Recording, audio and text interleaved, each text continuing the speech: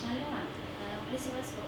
okey, terlebih dahulu saya ucapkan syabas dan tahniah kerana ditempatkan sebagai pegawai pemakanan di sekolah saya.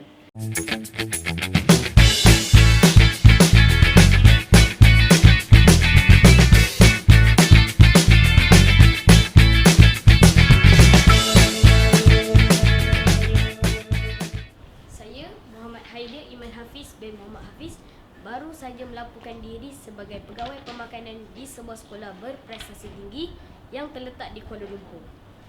Saya dimaklumkan bahawa sekolah ini mempunyai murid melebihi 2,000 orang.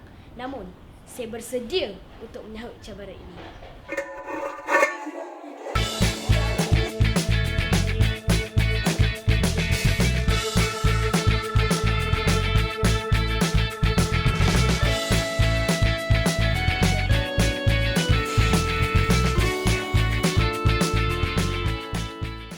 Sedia maklum, sebagai seorang pegawai pemakanan, sudah pasti saya akan berurusan dengan orang ramai.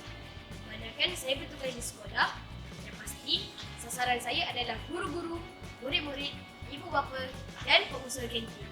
Saya perlu bijak untuk meyakinkan sasaran saya betapa pentingnya penjagaan kesihatan, yang mana ia bermula daripada pengambilan makanan yang seimbang bagi mendapat berat badan yang ideal. Sebagai pegawai pemakanan, saya juga perlu berada di padang untuk beriadah dan membimbing sasaran saya agar dapat melakukan aktiviti yang bersesuaian dengan mereka. Oleh yang demikian, tugas saya ini menepati 5 daripada 6 kod Holland, iaitu realistik, investigatif, social enterprising dan konvensional.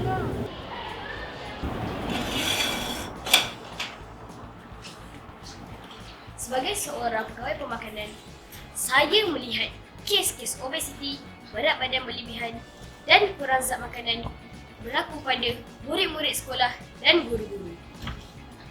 Anda pasti sedang bertanya, mengapakah saya memilih kerjaya ini?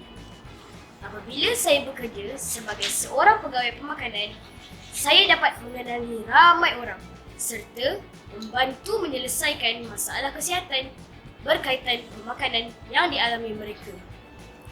Untuk makluman semua, bidang tugas pegawai pemakanan ini menyebarluaskan maklumat dan ilmu tentang cara-cara penjagaan kesihatan melalui pemakanan dan cara hidup yang sihat.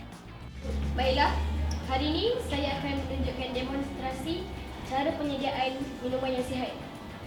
Pertama sekali, kita akan letak buah. Buah apa-apa tak kisah.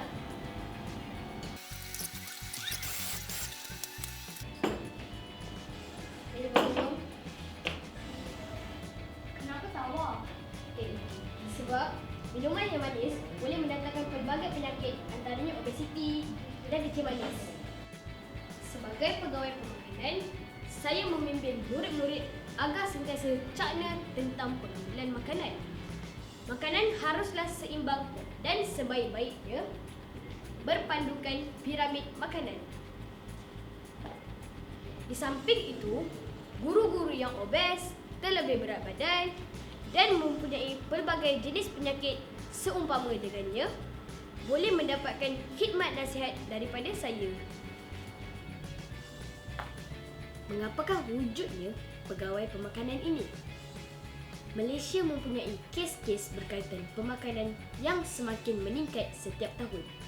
Oleh yang demikian, negara kita memerlukan pegawai pemakanan untuk menangani masalah ini. Seorang pegawai pemakanan akan bermula dengan membuat ujian indeks jisim tubuh badan atau lebih dikenali sebagai BMI mengikut jadual yang ditetapkan. Seterusnya, program fizikal, ceramah, kempen kesedaran dan sebagainya dijalankan jika masalah pemakanan seseorang murid itu berterusan atau bertambah buruk. Di manakah tempat bekerja untuk seorang pegawai pemakanan? Kebanyakan pegawai pemakanan bekerja di klinik, hospital, sekolah dan jabatan kesihatan. Berapakah gaji bulanan seorang pegawai pemakanan? Ini merupakan salah satu soalan yang anda tertanya-tanya. Untuk pengetahuan kalian, gaji permulaannya ialah RM2713 sehingga RM9,620. Setelah mendengar begitu banyak tentang pekerjaan seorang pegawai pemakanan, sudah tentu sesetengah daripada kalangan anda semua sedang mempertimbangkan karier sebagai seorang pegawai pemakanan. Tetapi, bagaimanakah caranya untuk menjadi seorang pegawai pemakanan? Kita perlu dapat keputusan yang cemerlang dalam subjek kimia dan biologi dalam SPM. Anda perlu ke tingkatan 6 atau ke kolej matrikulasi dan mengambil peperiksaan STPM. Kemudian, anda perlu memiliki ijazah sarjana muda dalam sains pemakanan yang boleh dipelajari di universiti seperti UKM, UTM, UMS, UMT dan sebagainya.